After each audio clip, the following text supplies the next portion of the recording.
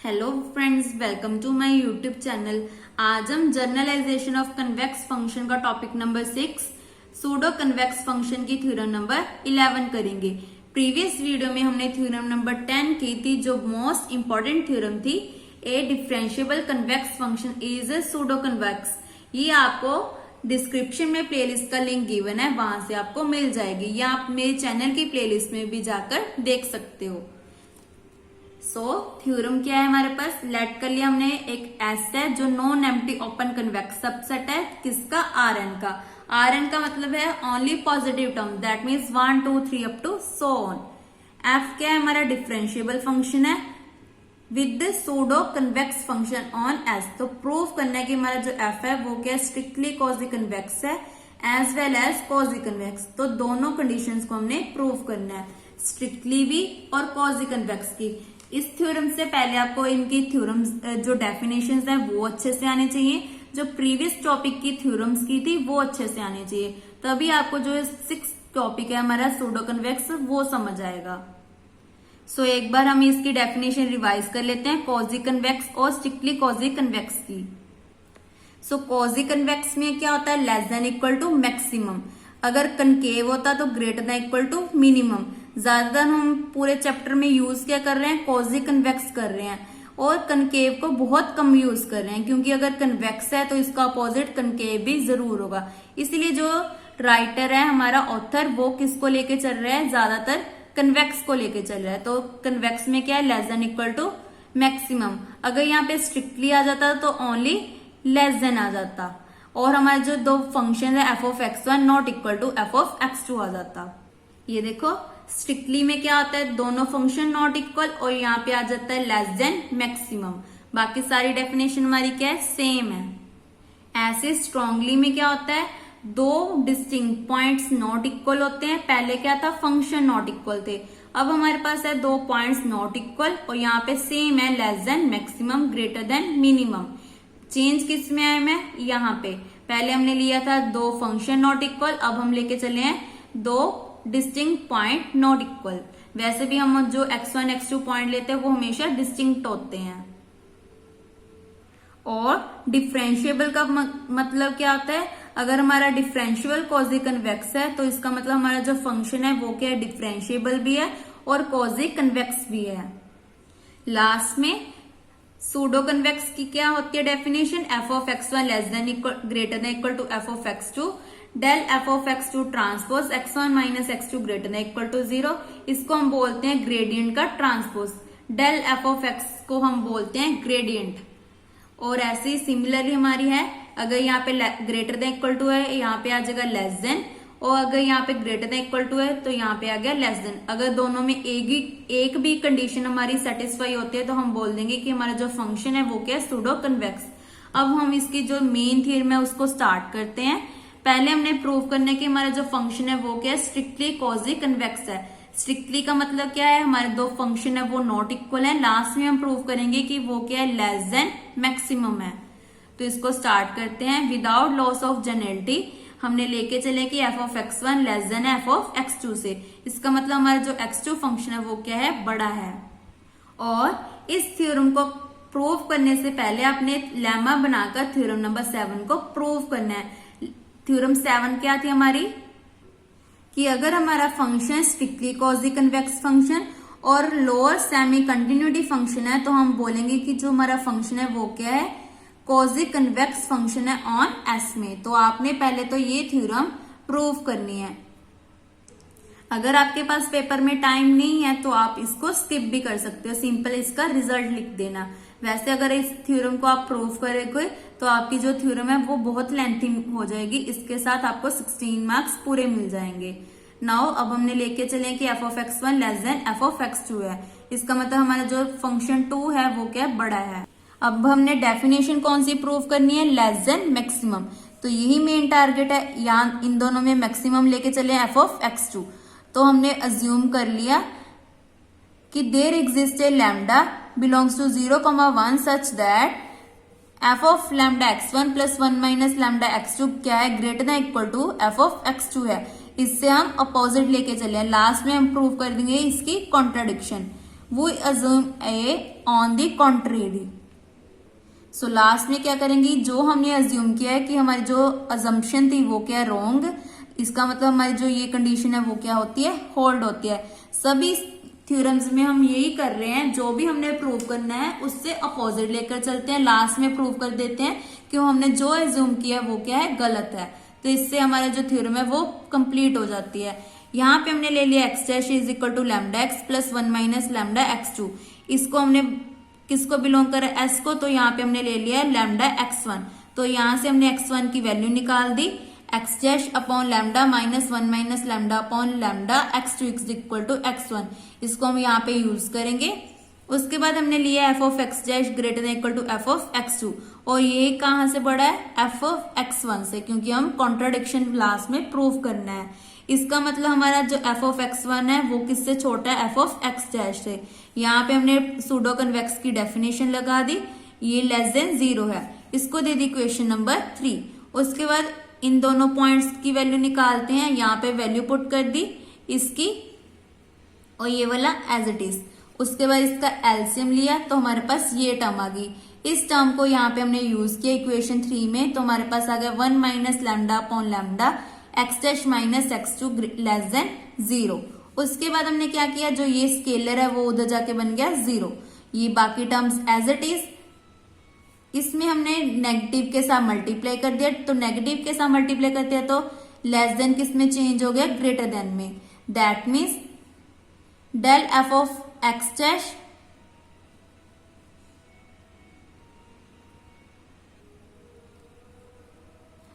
और ये वाला माइनस अंदर आ गया, तो x2 minus x dash greater than 0 आ गया। यहाँ पे हमने ट्रांसपोज भी लगाना था, इसको आपने लगा देना है। तो इसका मतलब हमारा जो एफ ऑफ x2 है वो क्या आ गया, बड़ा आ गया, किससे, डैश वाली से, क्योंकि ये वाली टर्म आगे आ रही है ना, इससे कोई टर्म छोटी हो रही है। इसका मतलब ये वाली टर्म क्या होगी, छोटी, और ये वाली टर्म हमारी बड़ी होगी। इसको दे दी इक्वेशन नंबर 4 और 5। नाउ इक्वेशन 2 और 5 से क्या बन रहा है, इक्वेशन 2 हमारी ये थी, ये वाली, और इक्वेशन 5 हमारी ये बनी है। तो इन दोनों को मिला के हमारा टर्म आ गया इक्वल, क्योंकि पहले लेस देन इक्वल टू आ रहा था, अब ग्रेटर देन इक्वल टू, दोनों को मिला के बन गया इक्वल टू। उसके बाद हमने क्लेम कर लिया कि एक्स कैप किसकी इक्वल है, mu x dash plus 1 minus mu x2। पहले हमने क्या लिया था, x dash is equal to lambda x1 plus 1 minus lambda x2। अब हमने क्या लिया है, lambda cap is equal to mu x dash plus 1 minus mu x2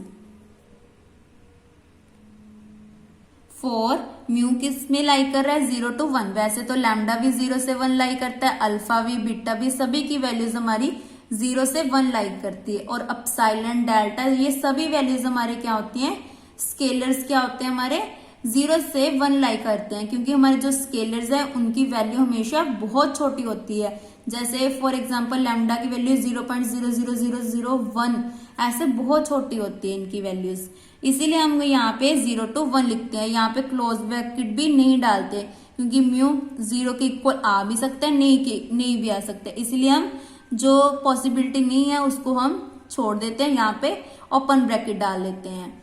उसके बाद हमने क्या किया है, F of x cap greater than F of x dash ले लिया, और ये हमारा किसके इक्वल है, एफ ऑफ x2 के। तो इससे हम उल्टा लेके चले हैं कि ये अगर ग्रेटर देन है तो इफ पॉसिबल अगर ये लेस देन इक्वल टू में होगा, तो फिर से लास्ट में कॉन्ट्राडिक्शन प्रूव करेंगे। हमारा फंक्शन क्या है, डिफरेंशिएबल है। फिर से हमने डिफरेंशिएबल की डेफिनेशन लगा दी, जो पेज नंबर 39 पे थी। एफ ऑफ एक्स की वैल्यू हमारे पास क्या है, mu x dash plus 1 minus mu x2, और एक्स बार को चेंज कर दिया एक्स डैश में, तो पूरी इक्वेशन हमारी ये बन गई। आप यहाँ पे एक्स की जगह एक्स कैप भी लिख सकते हो, क्योंकि हमने स्टार्टिंग में इसको एक्स कैप के इक्वल लिया है, तो यहाँ पे आप लिखोगे एक्स कैप, सारे में एक्स कैप आ गया। उसके बाद हमने इनकी वैल्यू पुट कर दी, एक्स कैप की वैल्यू पुट कर दी, एफ ऑफ एक्स डैश आ गया हमारा, और इसका ट्रांसपोज ये वाली term f of x dash transpose cap मतलब mu x dash plus 1 minus mu x2 minus x bar की जगह एक्स डैश, तो डैश वाली टर्म तो हमारी कैंसिल हो जाएगी, तो हमारे पास क्या आ जाएगा x2 माइनस एक्स डैश, और जो कॉमन टर्म क्या आ गई 1 माइनस म्यू, इसको हमने बाहर रख दिया। उसके बाद यहाँ पे आ गया लास्ट में यहाँ पे एफ ऑफ एक्स डैश, जो ये वाली टर्म है वो किसको अप्रोच कर जाएगी 0 को, क्योंकि अल्फा हमारा अप्रोच कर रहा है 0 को और लैम्डा हमारा अप्रोच कर रहा है 1 को, तो ये वाली टर्म हमारी क्या होगी वैनिश होगी। हमें पता है कि एफ ऑफ एक्स कैप क्या है, छोटा है किससे, एफ ऑफ एक्स डैश से, तो यहाँ पे ये यूज कर लेंगे। वैसे तो जो ये लास्ट वाली टर्म है उन्होंने लिखी है, लास्ट में हम इसको 0 बना देंगे। एक बार तो आप लिख के दिखाओगे, सीधा 0 लिख दोगे तो वो सोचेंगे कि अल्फा वाली वैल्यू कहाँ गई, तो एक बार तो इसको आपने लिख देना है। सिंपल क्या करोगे, एक्स कैप की वैल्यू पुट कर दोगे और एक्स बार को एक्स डैश में चेंज कर दोगे, तो ये डेफिनेशन आ गई। और यहाँ पे आप पुट करके देखना यही टर्म आ रही है, इन दोनों में इसकी वैल्यू पुट करके देखना कैप और माइनस की, तो ये जो टर्म्स है वो कैंसिल होके यही टर्म आ जाएगी हमारे पास, और जो 1 माइनस म्यू है उसको कॉमन निकाल देंगे। ये देखो मैंने करके भी दिखाया है, इसको आप अपनी बुक पे नोट भी कर सकते हो।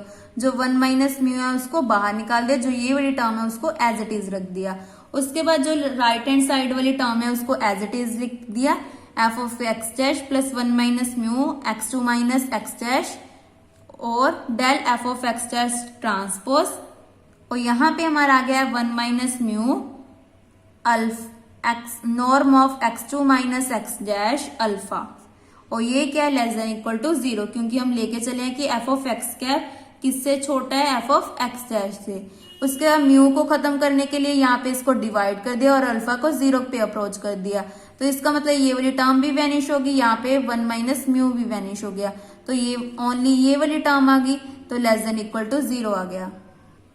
और जो आगे वाली टर्म है इसको निग्लेक्ट कर दिया, दैट मीन्स इग्नोर कर दिया, तो हमारे पास ओनली ये टर्म आ गई।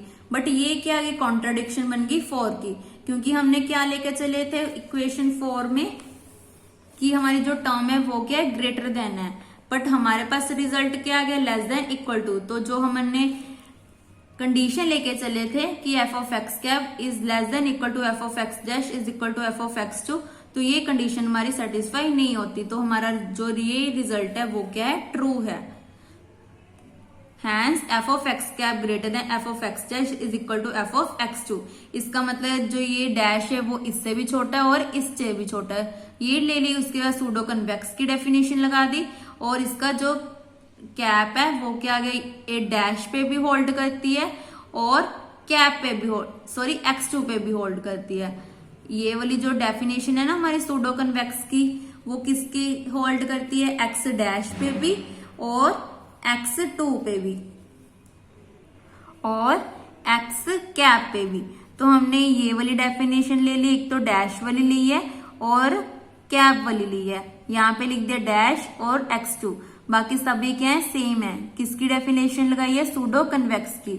उसके बाद हमने इसकी वैल्यू निकाली x2 माइनस एक्स कैप, इसकी वैल्यू हमने पीछे निकाली थी, ये देखो मैंने करके भी दिखाया है। एक्स कैप हमने इक्वल लिया था mu x dash plus 1 minus mu x2, तो यहाँ पे हमने क्या किया, ये हमारा पॉजिटिव है, इधर आके बन गया नेगेटिव, ये टर्म एज इट इज। उसके बाद ये x2 एज इट इज, ये मल्टीप्लाई में है तो लेफ्ट हैंड साइड आकर बन गया डिवाइड में, तो हमारे पास यहाँ पे वैल्यू पुट कर देंगे x cap as it is. इसके बाद एलसीएम लिया तो ये टर्म आ गई, इसको हमने इक्वेशन 7 में यूज कर लिया, तो यहाँ पे आ गया del F of x cap transpose, और इसकी जगह आ गया इस पूरी टर्म की वैल्यू, तो हमारे पास ये आ गया mu x cap minus x dash 1 minus mu, ये किससे छोटा है, 0 से छोटा है। इसके बाद हमने जो स्केलर को खत्म करना है इसके लिए डिवाइड कर दिया, तो हमारे पास ये दोनों टर्म्स रहेगी लेस देन 0। फिर से हमने जो लेस देन वाली टर्म को ग्रेटर देन बनाना है तो नेगेटिव के साथ मल्टीप्लाई कर दिया, जो ये वाला नेगेटिव है इसको अंदर ले आए, तो बन गया x dash minus x cap greater than 0, तो हमारे पास ये कंडीशन बन गई। बट फिर से ये क्या बन गई, कॉन्ट्रडिक्शन बन गई किसकी, इक्वेशन 6 की। इक्वेशन 6 में हमने प्रूव किया कि हमारी जो ये टर्म है वो क्या लेस देन 0 है, रिजल्ट क्या आ रहा है कि ग्रेटर देन 0 है। इसका मतलब फिर से हमारा जो स्टार्टिंग में लिया था, स्टार्टिंग में हमने लिया था कि F of x lambda x1 plus 1 minus lambda x2 is greater than equal to F of x2, तो ये भी कंडीशन हमारी होल्ड नहीं करती। इसका मतलब हमारा जो फंक्शन है वो क्या है, लेस देन है एफ ऑफ x2 से, तो यहाँ पे हमारा प्रूव हो गया कि हमारा जो फंक्शन है वो क्या है, स्ट्रिक्टली कॉजी कन्वेक्स है। हमने पहले भी पढ़ा है कि अगर हमारा जो फंक्शन है वो स्ट्रिक्टली कॉजी कन्वेक्स है तो हमारा जो फंक्शन है वो डिफरेंशिएबल भी होगा, कंटिन्यूस होगा, क्योंकि स्ट्रिक्टली में यही होता है। तो अगर डिफरेंशिएबल और कॉन्टिन्यूस है तो ये बन गया lower semi continuity. Lower semi continuity की हमने 7th थ्योरम भी की है। इसको आपने एज ए लेमा या इसका ओनली रिजल्ट लिख देना है कि अगर हमारा फंक्शन लोअर सेमी कंटिन्यूटी है तो हमारा जो फंक्शन है वो क्या है, कॉजी कन्वेक्स है। तो यहाँ पे हमारी थ्योरम कंप्लीट होती है। ये बहुत इंपॉर्टेंट थ्योरम है जो आपको 16 मार्क्स में आएगी। ज्यादातर इस चैप्टर में आपको थ्योरम्स और डेफिनेशंस आएंगी, तो जिसको आपने अच्छे से कर लेना है। उसके बाद इसकी क्रोलरी क्या है, लेट कर लिया फिर से, नॉन एम्प्टी कंपैक्ट पॉलीहेड्रन है, पॉलीहेड्रन सेट इन Rn, और एफ हमारा क्या है, डिफरेंशिएबल सूडो कन्वेक्स फंक्शन है on S. Then the optimal solution of the problem, problem कौन सी है, primal problem with minimum function subject to x belongs to S exist और occurs at least one of the extreme points on S। तो ये वाली definition बहुत important है जिसको आपने अच्छे से कर लेना है। Since f is a differentiable pseudo convex function, तो अभी हमने थ्योरम की है, तो अगर ये कंडीशन है तो हमारी जो फंक्शन है वो क्या है, कॉजी कन्वेक्स है। अगर हमारा फंक्शन कॉन्टिन्यूस है और S हमारा क्या है, non empty compact polyhedron set है, तब हम बोलेंगे कि हमारा जो प्राइमल प्रॉब्लम P है वो क्या करेगी, एग्जिस्ट करेगी। ये मैंने प्रीवियस वीडियो में थ्योरम भी की थी, जो शायद थ्योरम नंबर 3 थी। हाँ, ये देखो, अगर आपको ओनली क्रोलरी आई पेपर में 8 मार्क्स में, तो आपने एज ए लेमा इस थ्योरम को प्रूव करके आना है कि अगर हमारा जो फंक्शन है वो क्या है, कॉजी कन्वेक्स फंक्शन है और कंटिन्यूस है। दो चीजें हमारे पास फंक्शन में, एक तो कॉजी कन्वेक्स है और एक कंटिन्यूस है। देन हमारा जो ऑप्टिमल सोल्यूशन है किसका, primal problem with the maximum solution, तो वो क्या करेगा, एग्जिस्ट करेगा और अकर करेगा at least one of the extreme point of S। इसका मतलब जो एक्सट्रीम पॉइंट है एटलीस्ट वो तो एग्जिस्ट करेगा, एक तो पक्का एग्जिस्ट करेगा, एक से ज्यादा एग्जिस्ट कर भी सकता है, नहीं भी कर सकता। तो इस थ्योरम को एज ए लेमा आपने क्रोलरी में प्रूव करना है, अगर आपको ओनली क्रोलरी आती है। अगर आपको थ्योरम विद क्रोलरी आती है तो सिंपल आपने इसका जो रिजल्ट है वो रीजन बना के लिख देना है। जो हमारी क्रोलरी है वो सारी डेफिनेशन सेम है, बस चेंज किस में आ गया, हमारा जो फंक्शन है वो क्या आ गया, डिफरेंशिएबल सूडो कन्वेक्स फंक्शन हो गया, और हमारी जो प्रॉब्लम है वो चेंज होगी मिनिमम में। पहले हमने लिया था कि हमारा जो फंक्शन है वो कॉन्टिन्यूस और कॉजी कन्वेक्स है, और हमारी जो प्रॉब्लम थी वो मैक्सिमम में थी। तो सारी तो थ्योरम सेम है, बस इसमें चेंज आया है। तो पहले आपने एज ए लेमा उसको मैक्सिमम में प्रूव कर देना है। तो लास्ट में मेन प्रूफ लिख के ये 3 लाइन लिख देनी है कि अगर हमारा जो रिजल्ट है अगर मैक्सिमम में भी एग्जिस्ट करता है तो मिनिमम में भी पक्का एग्जिस्ट करेगा। हैंस जो हमारा ऑप्टिमल सोल्यूशन प्राइमल का वो भी करेगा एग्जिस्ट, और हमारा अकर करेगा, अकर मतलब हमारे पास आएगा कोई भी एटलीस्ट वन, एक तो पक्का आएगा, कौन सा, एक्सट्रीम पॉइंट। एक्सट्रीम मतलब सेट से बाहर वाले, वो पॉइंट हमारे जरूर एग्जिस्ट करेंगे। एक तो पक्का करेगा, एक से ज्यादा भी कर सकते हैं या नहीं भी कर सकते। तो इसी के साथ हमारी ये थ्योरम कंप्लीट होती है। नेक्स्ट वीडियो में हम थ्योरम नंबर 12 करेंगे, जो आपको पेपर में 8 मार्क्स में आ सकती है। Thank you.